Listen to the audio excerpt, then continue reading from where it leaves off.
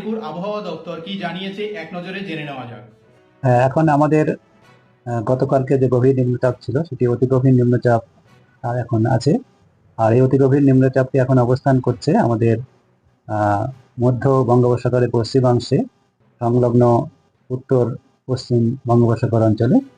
এটি আমাদের গোপালপুর, উড়িষ্যার গোপালপুর থেকে আহ, 90 কিলোমিটার দূরে এর কেন্দ্রবিন্দু অবস্থান করছে। আর আজকে সন্ধ্যার মধ্যে এটি উড়িষ্যা উপকূল অতিক্রম, গোপালপুরের কাছাকাছি উড়িষ্যা উপকূল অতিক্রম করার সম্ভাবনা রয়েছে।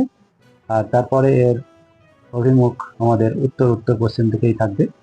এর প্রভাবে আমাদের পশ্চিমবঙ্গের জন্য যে পূর্বাভাস দেওয়া রয়েছে, সর্বপ্রথম বলে রাখি, প্রথমেই আমাদের মৎস্যজীবীদের জন্য আগামী কাল পর্যন্ত 3 তারিখ পর্যন্ত সমুদ্রে যেতে মানা করা হয়েছে।